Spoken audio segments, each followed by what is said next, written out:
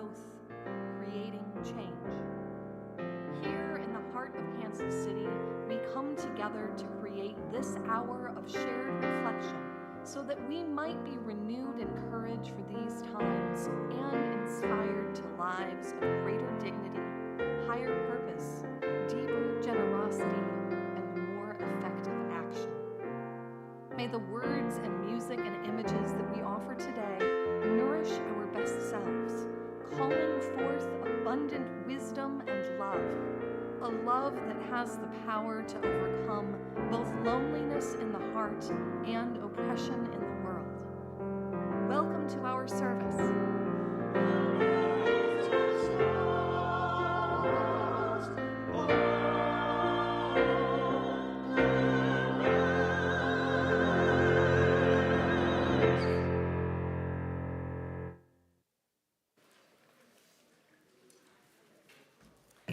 Good morning.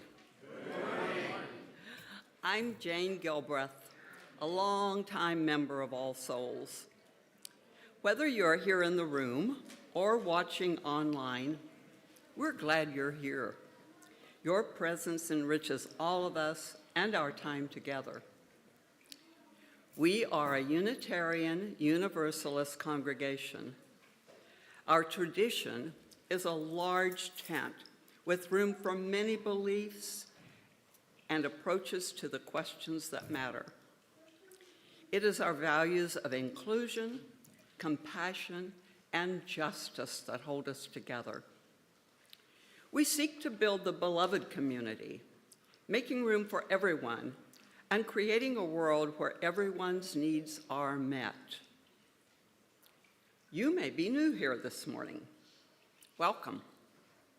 We know that your first time attending a church, you may want to keep a low profile and just check things out quietly. We're glad you're here. But if you are excited to let all of us know that you're here, we invite you to raise your hand at this time. Yay! Yay!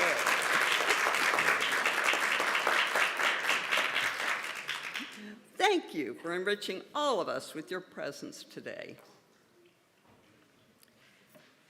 Whoever you are, whomever you love, wherever you are on your spiritual journey, you are welcome here. Whether you come with laughter in your heart or tears, you are welcome here.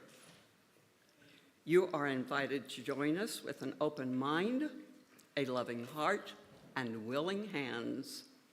We welcome you today.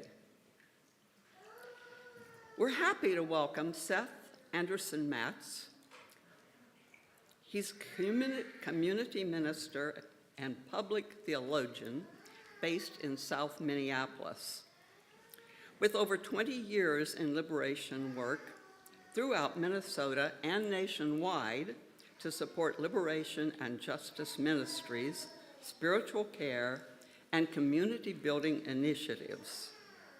He holds a Master of Arts in Religion and Theology from United Theology Seminary of the Twin Cities and has served in a variety of ministry roles in both UU and Christian contexts. Welcome, Seth.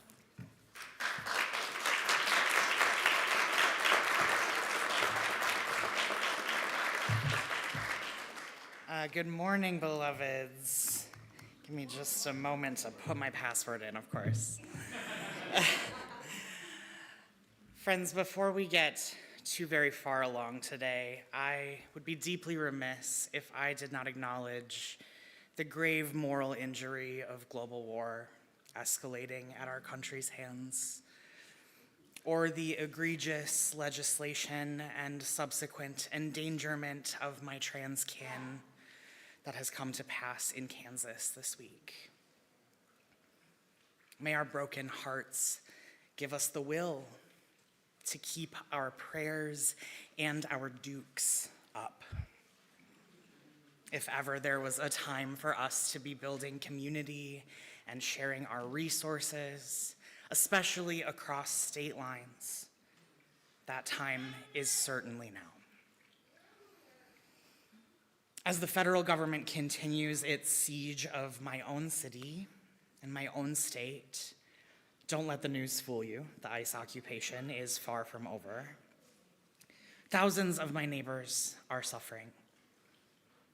Thousands have been abducted, some deported, some still held captive, and a precious few released. Thousands more have been left behind, many still sheltering in place themselves, without their loved ones and without the financial resources of bill-paying household members and breadwinners.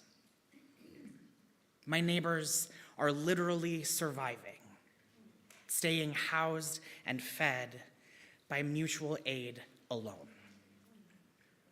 Our resident wealth hoarders are doing what they do best and holding on to their resources with a white-knuckle grip. There has not been one word of mention of relief from any local or national foundations. Our people are marching in the streets demanding an eviction moratorium that our city and state government are barely entertaining. Working class and middle class Minnesotans have been passing around the same $5 for months now. As the bills keep coming due and the outside support has faded to a whisper, mutual aid organizers are having to get increasingly creative to generate funds for our neighbors. I am one of many who have taken responsibility for organizing and distributing donations to my neighbors. In the spirit of creativity, for donations of any amount, I am writing poems with the same amount of words, so $1 per word. And then sharing these poems online for others to read and share. So all of this is to say, our opening words today are one such poem I have had the honor to write. This 100-word, $100 poem quite literally helped prevent an eviction. And you can too. I do not offer this to you to give you what is mine, but to make what is mine become ours again. We arrived here tethered to the body of our birther, born of their shared blood, unencumbered by borders of flesh or land, blissfully oblivious to any disconnection between us and the rest of creation. Made of the same dust, born of the same cosmos, composed of the same water, rising and falling by the same moon. We are designed for this communion. So please, take it and eat. It is as much yours as it ever was mine.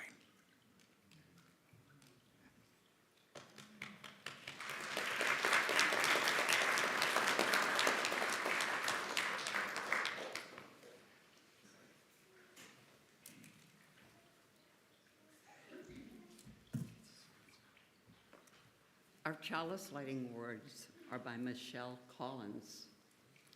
We kindle this light for the work that takes time, the seed's unseen rooting, the tide's patient carving, the small turning of heart toward open ground. We look towards what is slow and true, the steady flame that sustains our days.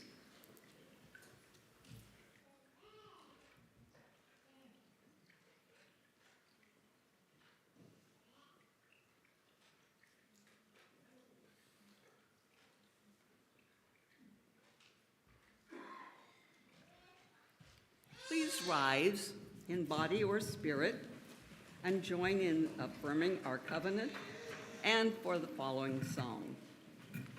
Together we affirm, goodwill is the spirit of this church, and service is its law. This is our great covenant, to dwell together in peace, to seek the truth in love, and to help one another.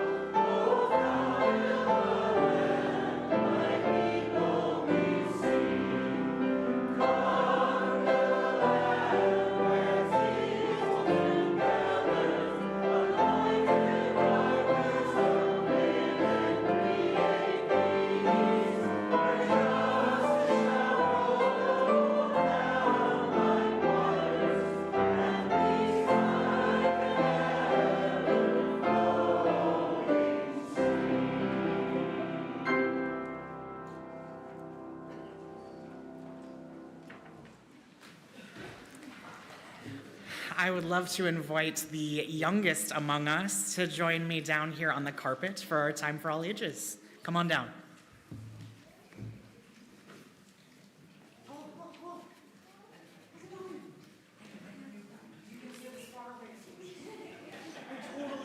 I totally get it. I'm gonna sit right here. Is that okay? Okay, that sounds good. Hi, friends. Oh my goodness, there's so many of you. That's so exciting for your congregation. We love that. We love to see it. Hi, friends. How are we doing today? Good. My name is Seth, and I'm here visiting you from a place called Minneapolis. Have you heard of that place? No.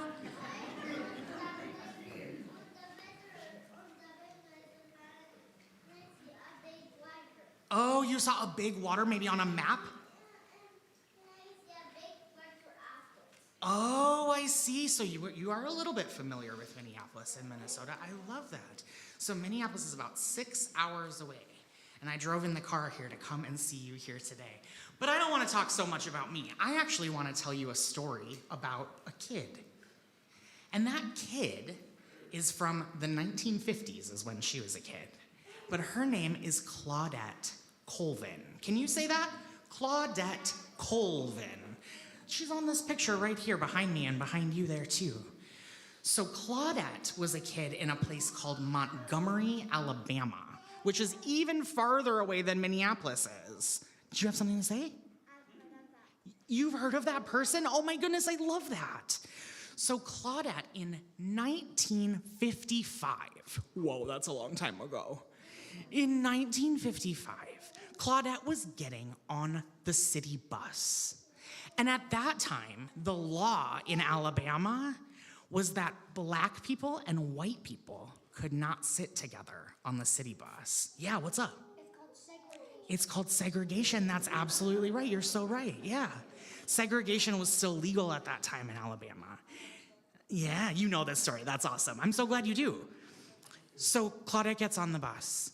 And in the space where it's only supposed to be white people, there's no room left. And a white lady gets onto the bus. And the bus driver says, someone in the black section's got to get up and make room for this white lady. And Claudette refused. She refused to get up. How do you think she felt when she made that decision? Yeah, what do you think? Oh, sorry. What do you think? Yeah.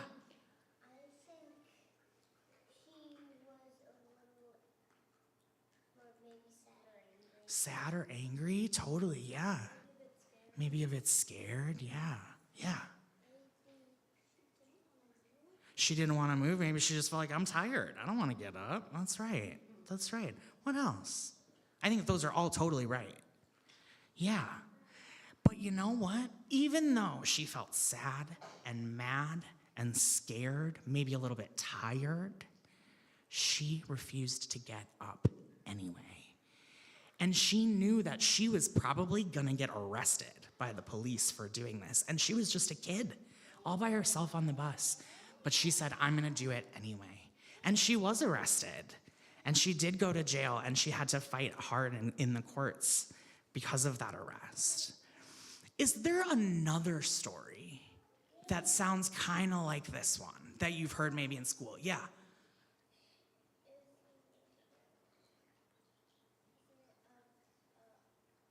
It's on the tip of your tongue, I know it is.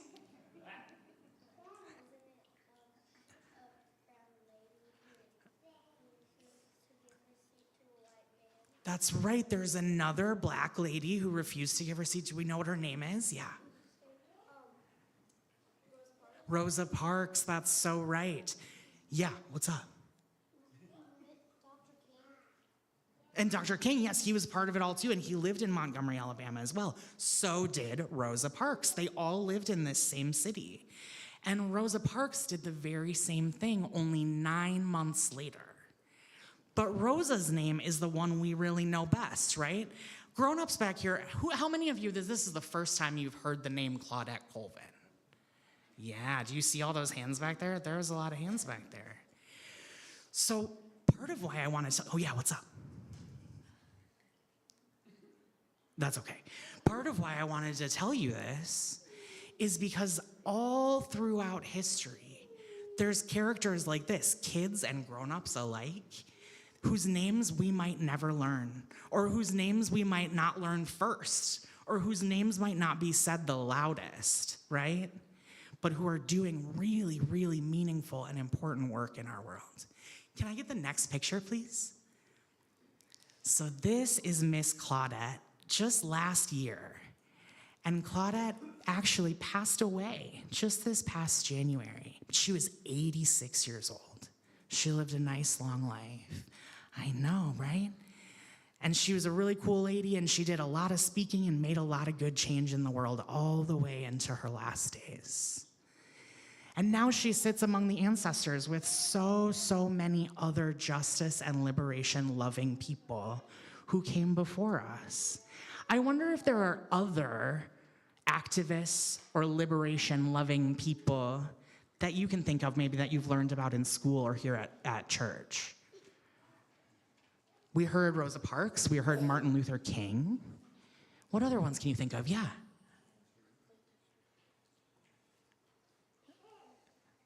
It's okay. That's all right. I wonder, can we put it out to the grown-ups back here? Should we ask them? Grown-ups back here, can you just start shouting out the names of other activists and justice lovers from history that you hold in your heart? Yeah, shout them out. Wow, keep them coming.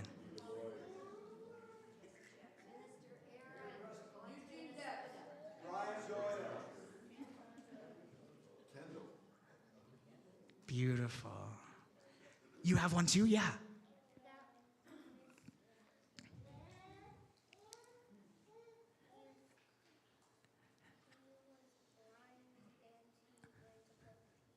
Stevie Wonder.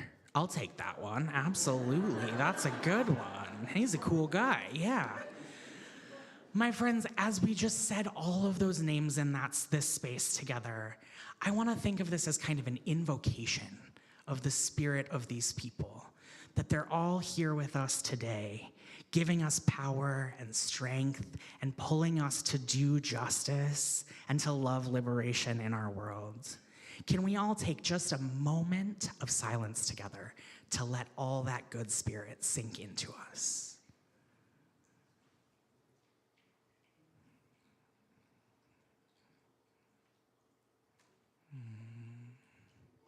Thank you.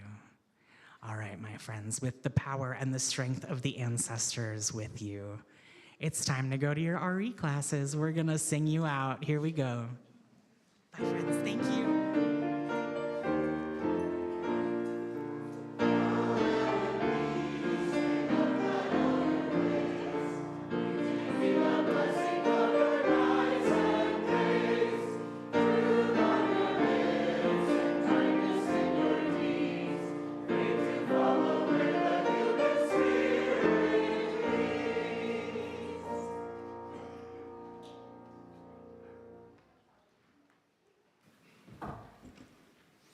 Hello, I'm Jonda Boyce. My pronouns are she and her, and I'm a member of this congregation.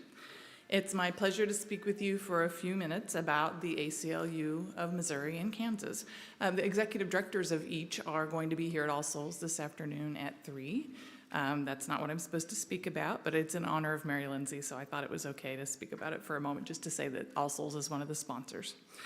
I think that most people know about the good work of ACLU, American Civil Liberties Union, that would be in this hall, but not always. They are in all the fights that matter most to me, such as trans and LGBTQ rights, gerrymandering and voter suppression cases, like our ongoing fight to keep Kansas City together in one district for the midterms, abortion and reproductive and other sexual health care rights, racial justice, school-to-prison pipeline in Missouri, right to read and no to book banning, preserving the initiative petition process, and on and on and on and on. I've served the ACLU of Missouri through being on the board and also for many years on the legal committee where we review cases before accepting them. And every time I hear now of some new infringement on the American people, the people of Missouri, the people of Kansas, I know the ACLU will come in and try to save us. The ACLUs of Missouri and Kansas have its work cut out for them, and I invite you to join me in supporting them with this month's Share the Plate program. So things that you put in the plate and online donations where you chose give to special collections will be given to those organizations. The offering will now be graciously received.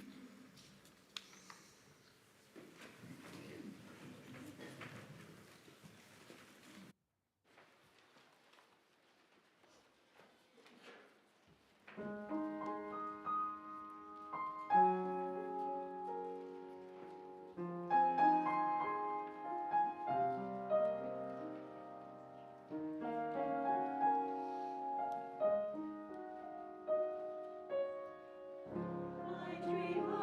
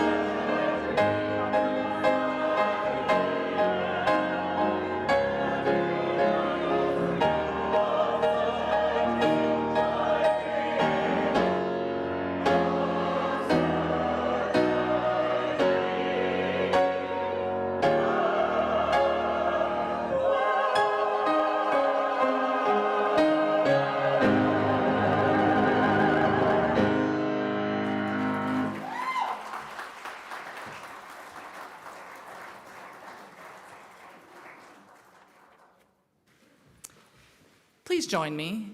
And I just love our choir. I love our choir so much. Let me calm my goosebumps down. Please join me in the dedication of the offering.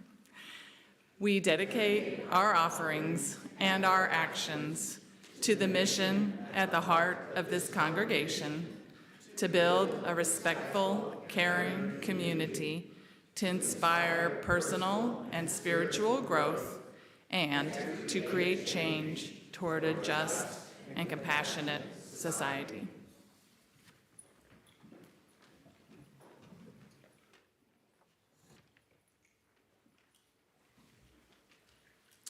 Today's reading is excerpted from Why the Rebellion Had to Start Here by author, poet, and activist Sue Wang.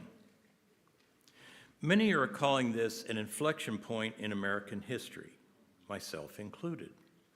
But the more I think about it, the less this sentiment holds water. Inflection implies singularity, one of musculature or a single stream of consciousness. When there have been multiple inflections since the looting of this land from Native Americans to the founding of the country on the backs of Black lives. I believe we are at a point of convergence. Convergence denotes multiplicity and cumulativeness, a cacophony of voices and perspectives. In this semantic distinction, we honor the lingering ghosts of all our ancestors. We can no longer afford to pivot from one point to another and call it progress or justice. The weight of our collective histories can no longer support these blatant disparities between what is deemed progress and justice versus the lived realities of marginalized peoples. What we're seeing and experiencing is a cavalcade of centuries of protest, of deaths and rebirths, the final heave for human decency for all.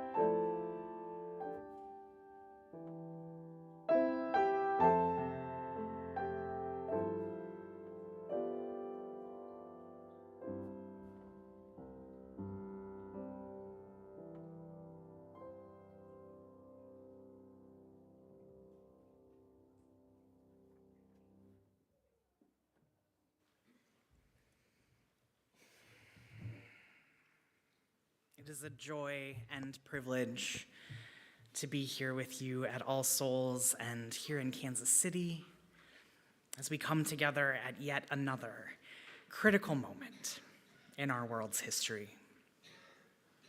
As you well know, my dear city has been scrupulously picking shards of our hearts out of the snowbanks every day as the ICE occupation continues ravaging our communities. The occupation and surge of abductions of our immigrant and refugee neighbors technically began in December, but we have seen a significant increase in ICE activity since late May, when a fleet of armored vehicles and a large presence of armed agents, including the FBI, the ATF, and the Minneapolis Police Department, descended into the heart of our Latine business corridor, resulting in a quick and outraged response from nearby neighbors and passersby. But even before this, ICE has been terrorizing people in the Twin Cities and throughout the country since its inception in the early 2000s, when the Bush administration married together the existing agencies of Immigration and Naturalization Services and the U.S. Customs Service into one immigrant-fighting superpower. But even before this, the imperial Cerberus has dwelled among us for centuries, rearing its ugly heads of state violence, settler colonialism, and white supremacy, time and time again. And at every turn, the people have risen up defiantly in defense against this terrible monster. It is no accident that the Twin Cities have often been at the forefront of this resistance. Before we ever had English names for these places, they were and still remain the homelands of the Dakota people. The Dakota built this homeland surrounding the confluence of the Mississippi and Minnesota rivers, naming it Bedote, or where two waters meet. The Dakota believed Bedote to be the gateway between the Creator and creation, and the birthplace of the Dakota people themselves. Dakota elder Dave Larson describes Bedote as where everything began and where everything began changing.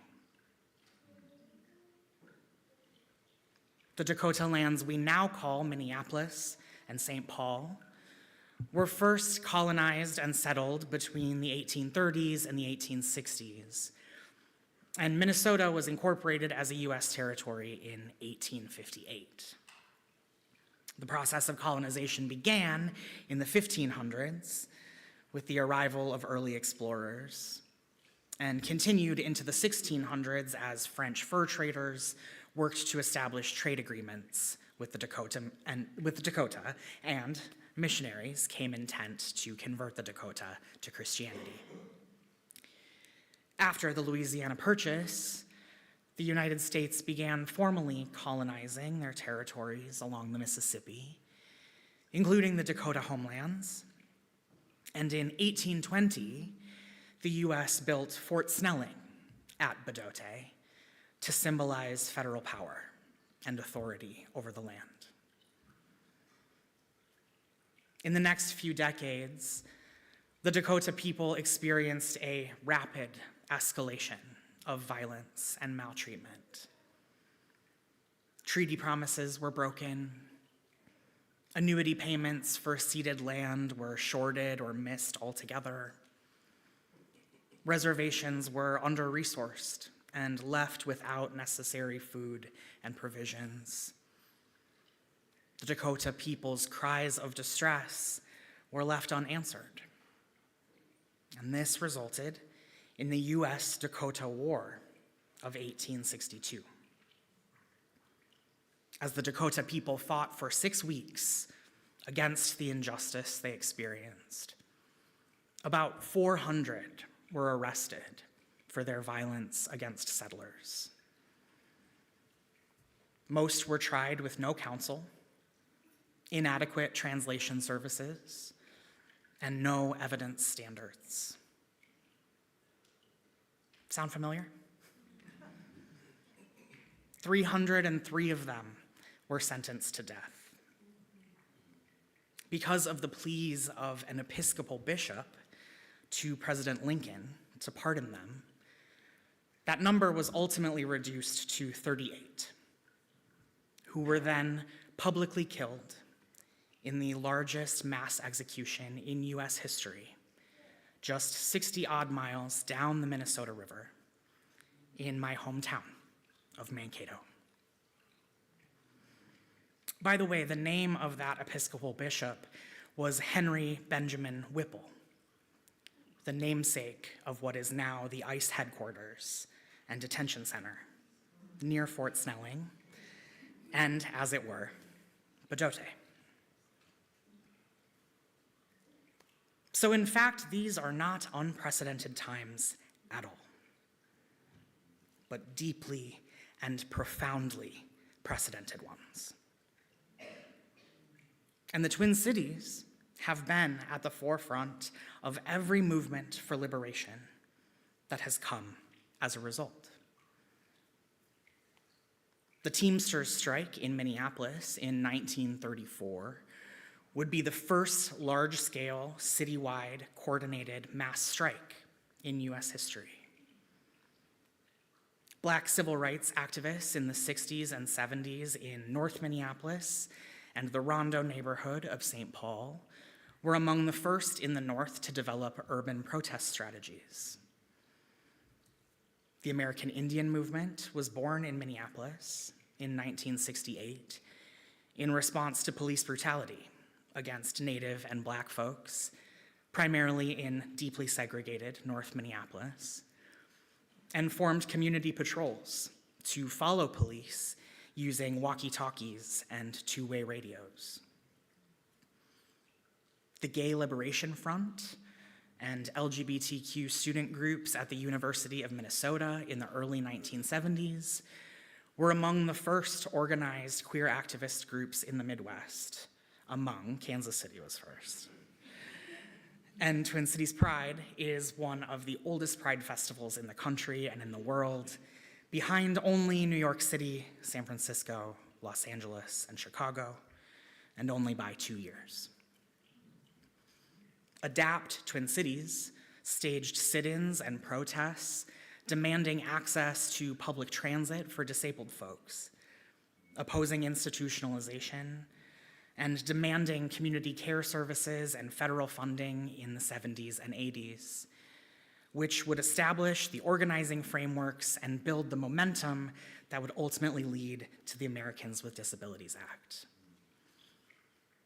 The Minnesota AIDS Project was founded in the early 1980s and was the first AIDS service organization outside the coasts, and developed groundbreaking home care systems and peer support models that would be replicated throughout the country. The Black Lives Matter movement in the Twin Cities responded to the state murders of Jamar Clark in 2015 and Philando Castile in 2016 through occupation of the Minneapolis 4th Precinct and the Governor's Mansion, respectively, as well as mass-scale public demonstrations led primarily by young Black women activists. And then there was George Floyd, whose very public and well-documented execution was followed by a surprise attack of riot cops, tear gas, and rubber bullets into a peaceful march just 6 blocks from my house. Thousands of people piled into the streets. Churches opened their doors to provide free meals, temporary shelter, and emergency medical care. Free stores popped up all over town, and local restaurants shifted to pay-what-you-can models. Community-led security patrols, police and military scanners, medic teams, and emergency transportation services developed. And the MPD 3rd Precinct was the first police precinct to be surrendered to civilian control since 1863. And now here we are. The ICE occupation in the Twin Cities and the community resistance that follows is the culmination of all of this. We see the residue of each of these atrocities and the glimmers of each of these movements, all shining under the light of this moment. It is no accident.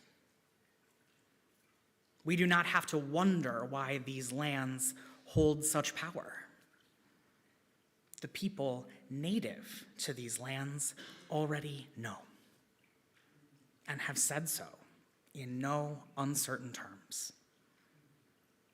This is a sacred site where all of creation was born, where everything began and where everything began changing.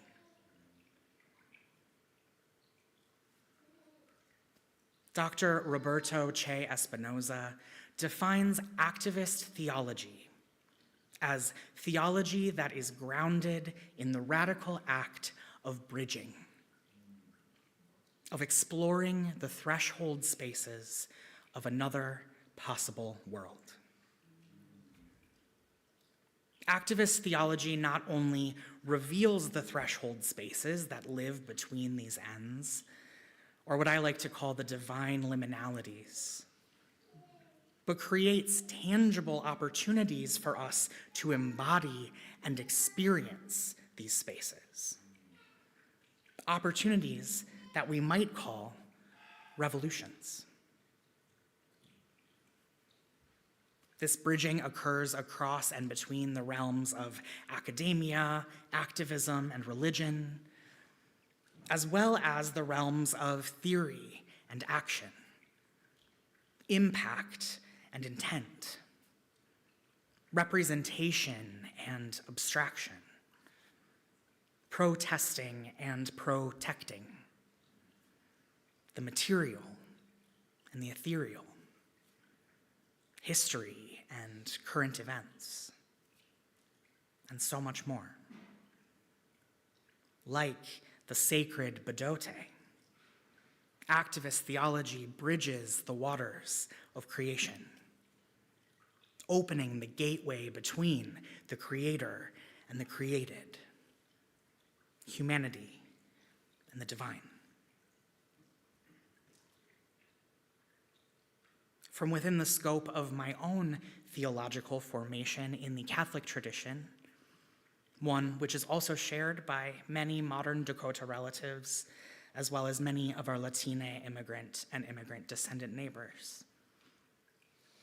I'm also inclined to think of my Twin Cities homeland like a holy mother. As Mary gave birth to the Christ child who embodied both God and humanity, so all of creation may be saved. My city gives birth to revolution over and over again, so that all of creation may be liberated. Like Mary's song of lifting the humble and casting down the mighty rang out through the streets of occupied Judea, so it rings through the streets of occupied Minnesota.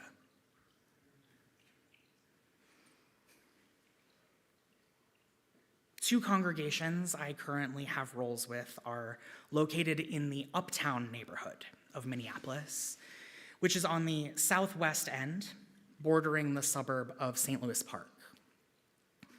I live in the Longfellow neighborhood, which is on the southeast end, bordering St. Paul. It's very close to Badote and Fort Snelling. And as I make my 10 to 15 minute commute home from Uptown, though I am often derailed these days by calls for observers coming through neighborhood rapid response chats, I typically travel down 28th Street and soon cross at Nicollet Avenue. Here is the site of the Alex Preddy Memorial. I continue east down 28th to Portland and head south, where at 33rd Street sits the memorial for Renee Good. I continue south down Portland to 38th Street, continue east, and arrive at Chicago Avenue, where George Floyd's memorial remains. The birth of this revolution has been particularly traumatic. A gruesome cesarean with no anesthetic.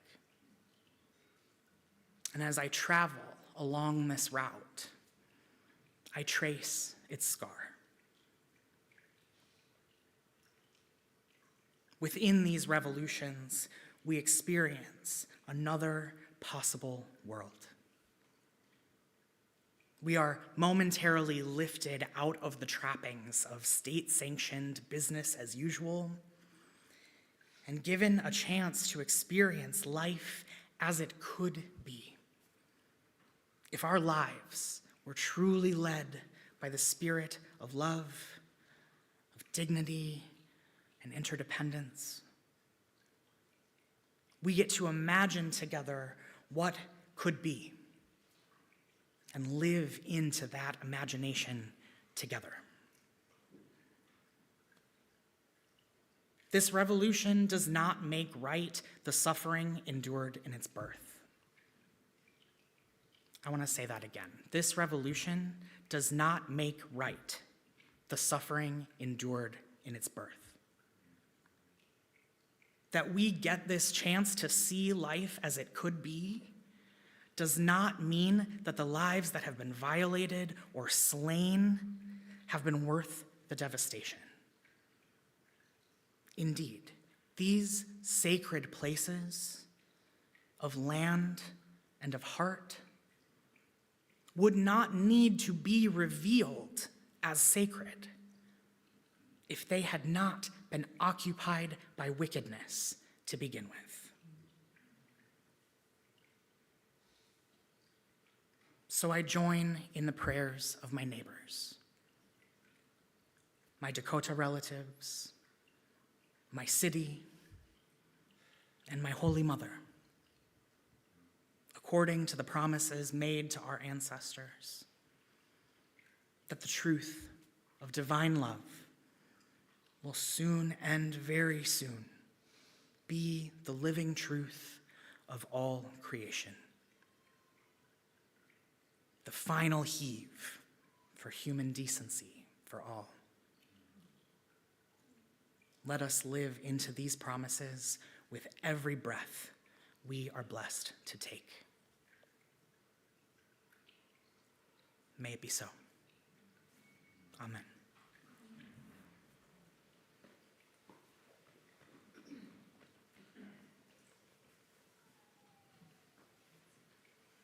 Will you rise in body or spirit and join in singing Level Guidance?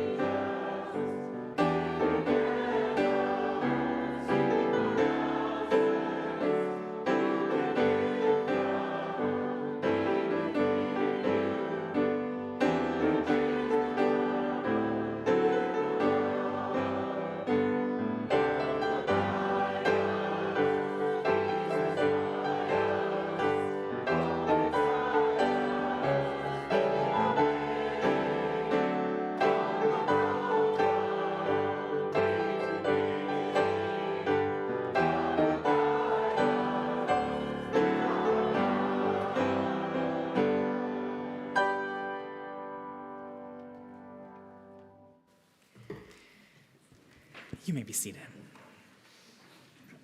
Our closing words today are a call and response prayer, adapted from the book Liturgies from Below, Praying with People at the Ends of the World by Claudio Carvalhes. Family in the struggle, gathered together in the spirit of joyous rebellion, I invite you to confess your commitment to the liberation of all people and the restoration of the planet, and to renounce all obstacles that stand in the way. Do you renounce greed, the love of wealth, and all of capitalism's empty promises? If so, please say, we renounce them. We renounce them. Do you renounce oppression, structural and internal, and all the forces that keep us from living liberated lives, dedicated to the liberation of all? If so, please say, we renounce them. We renounce them. Do you renounce the fear that dwells in you, all its insecurities, those things that draw you away from confronting your own oppression, loving your own neighbor, and building power for the sake of a liberated world? If so, please say, we renounce them.